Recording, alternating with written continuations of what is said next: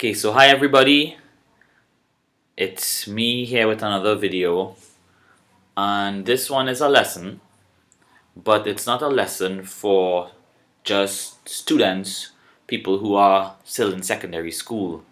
It is a lesson for everyone, young, old, well, especially old.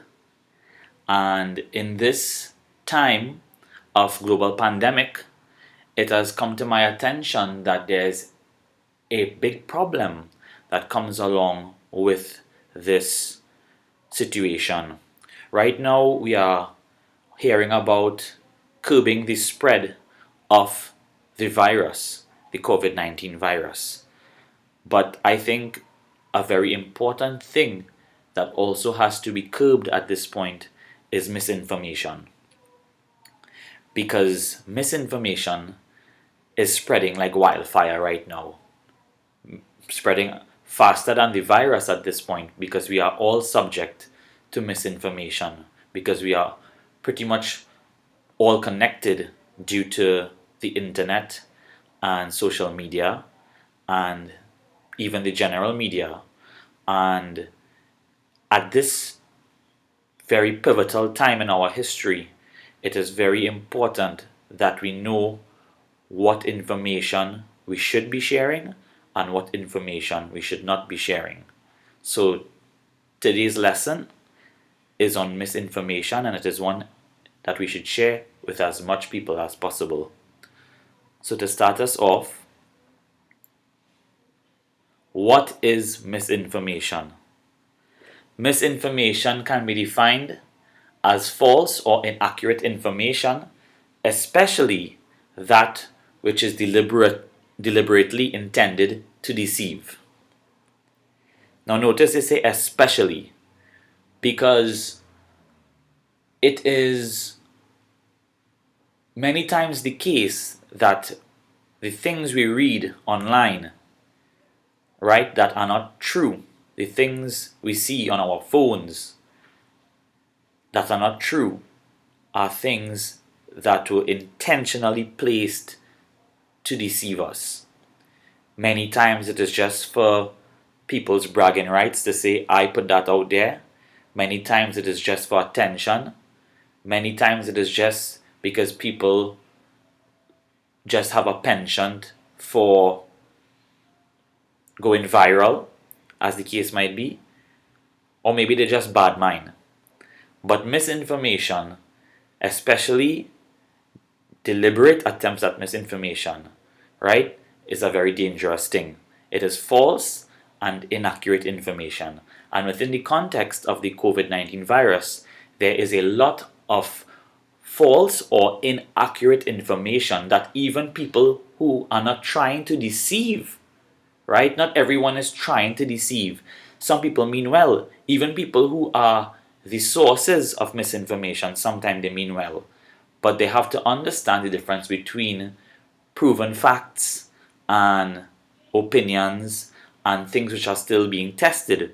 Now, the big thing about COVID-19 is that we do not know a lot about the virus in terms of certain facts relating to the virus. Because of this, it is very hard to determine a lot of things about how we control it, how it is spread, who has it, how we can protect ourselves from it. And people are coming up with all sorts of theories and all these things which they are hearing and seeing, and they are not all founded. Okay? So we need to really pay attention to what we are sharing, because it can be dangerous. How is misinformation dangerous? Misinformation becomes a serious danger when its spread encourages people to perform actions which are counterproductive to the safety and security of themselves and others. Think about that. Right now, we want to safeguard ourselves and others. If we spread misinformation, we can encourage people to do things which will not keep them safe, and it will not keep them secure. It will not keep them away from this situation which we are facing. they will get a false sense of security. Okay? What are some common sources of misinformation? So in today's world, some common sources are the viral WhatsApp messages, the videos and the graphics which contain information which we do not know where the source of the information is. We are just seeing these messages, we are seeing the information, and we are not sure what is the source of it. Then there are fake news websites which have always been around, and I don't think these websites are as much of a problem with the COVID-19 situation, but still it's good to know that there are fake news websites. Sources of news which are not credible, right? In today's world, anybody could put something on a screen, people. Alright? You have to understand that a WhatsApp message is not a credible source of information or news. If the message does not relate back to a website, and a credible website, then it is not credible information. A social media page or a social media profile and a person who posts, unless that person is a credible source of information, then what you are feeding into and digesting might be misinformation. And then you have the general rumors. One person says something, another person latch onto it, they talk, and before you know it, it's fact. This is not productive, people. What we need to understand, and we need to really harp on it and let older folks understand it, is that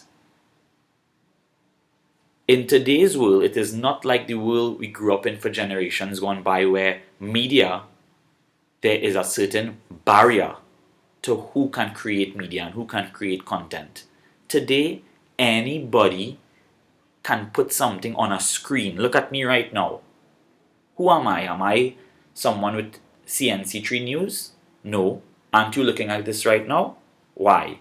Because I am a person creating content for your pension to digest content. And people out there want you to digest their content at any cost, even if it means spreading misinformation. They want to know that they put out something and everybody watch it. Okay? Let me show you an example of misinformation. This is something that was going around. This recently, someone saw it and told me, did you hear that the virus is airborne? I said, the virus is airborne? Well, that would be all over the news. Now look at the WhatsApp message here. Under the actual link, there is a caption, and the caption reads, breaking news, COVID-19 is confirmed as airborne and remain 8 hours in air. Right, so clearly somebody who just speak broken did the caption. Now what some people wouldn't understand is that the caption is not part of this thing on top here, the article. Anybody could write the caption, right? And that is why it has broken language. Okay, the caption is not solidified by the article. Anybody with WhatsApp could write the caption, and the person here is saying that how COVID-19, so the first thing you see when you watch your phone is you are seeing this thing underneath here. But that is not the article, which comes from CNBC, which is, a reputable enough website. But when I read this, I say, what?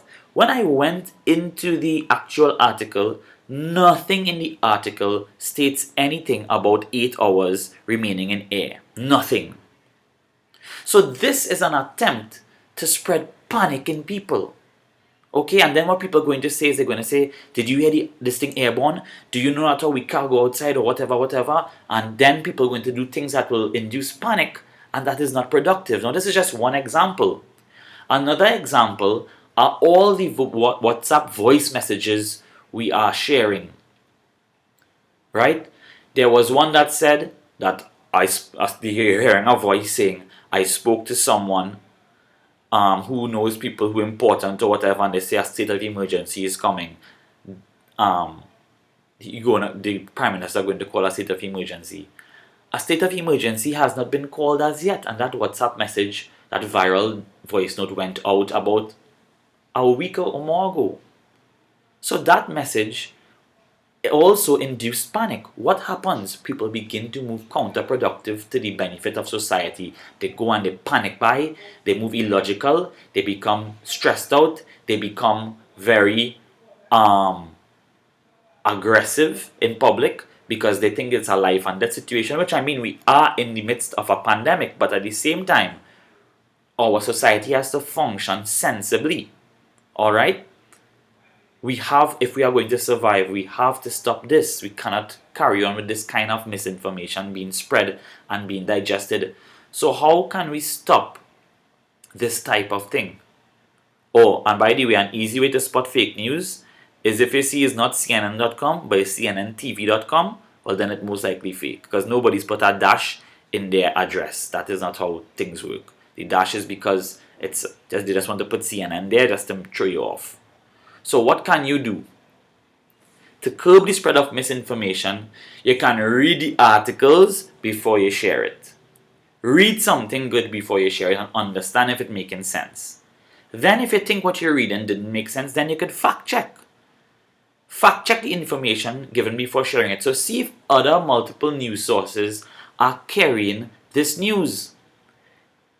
Right? If you don't see CNN, BBC, The Guardian, and maybe even local things like the local Guardian and Express and so on, if you're not seeing these things carrying information about something so important, then it's most likely not a credible piece of information. It is misinformation. It is information that is not correct. It is not factual. It is going to make you think wrongly. There are websites like Snopes.com that can help with this. Okay, let me just fix this .com here. There are websites like Snopes.com that can help with this. They will fact check things for you because they know the type of claims people are making and they know the type of things people want to make sure if it's true or not. So when you go on that site, you will see things being debunked. Alright? Most importantly, people, and I want you all to show, if you know people are not going to watch this video and you watching it right now and you could take away the main thing from it, take away this and let people know. Do not share information. Do not send the WhatsApp messages. Do not send the posts. Do not spread things without knowing the source. If you don't know who's talking in the WhatsApp voice note, don't spread it. There's one going around about how, drinking certain things will help carry down the virus into your stomach, acids and things. What are you talking about? These things are not founded. You cannot fight the virus by drinking water regularly.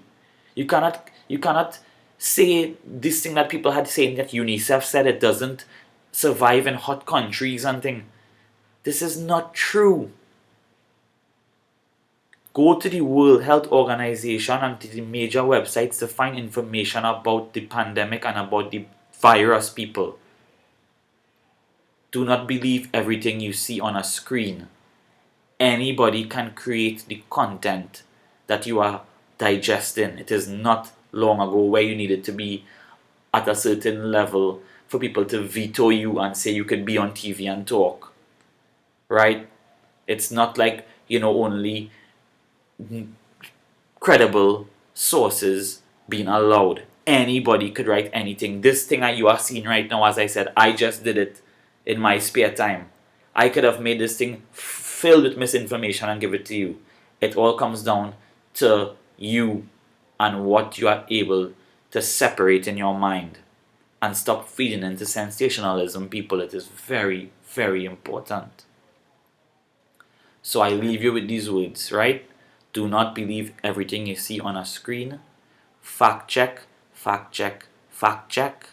Okay? Do not spread anything that you do not know for a fact who is speaking in the voice note, if they know what they're talking about, where it comes from, because anybody could send a voice note, right?